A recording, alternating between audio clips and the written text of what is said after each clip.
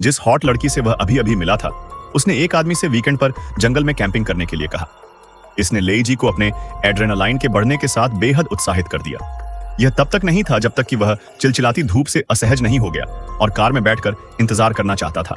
उसने पाया कि कार लॉक थी। आखिरकार वह मदद नहीं कर सका और घने जंगल में चला गया।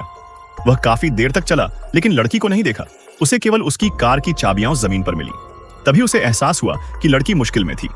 उसने जल्दी से इधर उधर खोजा, लेकिन जल्द ही उसने ध्यान से पीछे देखा। जब लेईजी उठा तो उसने पाया कि उसे एक कुर्सी से बांध दिया गया था। मंद कमरे में विभिन्न हथियार थे। फर्श की नाली में खून के साथ बहुत सारे बाल भी थे।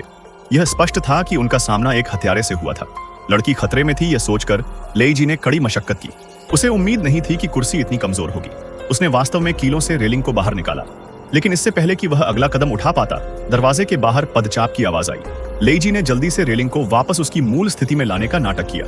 थोड़ी देर बाद वह आदमी अंदर आया, लेकिन वह न केवल एक हत्यारा था बल्कि एक विकृत व्यक्ति भी था। उस आदमी ने कहा कि उसका नाम ब्रायन है। उसने दावा किया कि वह बाद में लेईजी को प्रताड़ित करेगा। फिर उसने डरने पर उसके भयभीत भाव की एक तस्वीर ली। आदमी को अपने शिकार को प्रताड़ित करने की प्रक्रिया का आनंद आया, लेकिन इसने लेईजी को पर्याप्त तैयारी भी दी। उसने हमला करने का बीड़ा उठाया। वह आदमी दर्द से गिर गया, अपनी गर्दन पकड़ ली।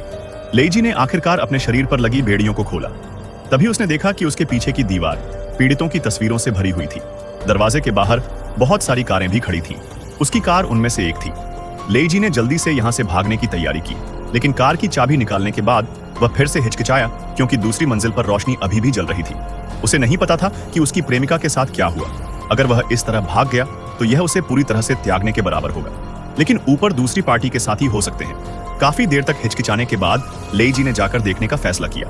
उसने लोहे की छड़ उठाई और चुपचाप ऊपर चला गया। फिर वह जल्दी से घर में घुस गया, जबकि उस पर कोई नजर नहीं रख रहा था।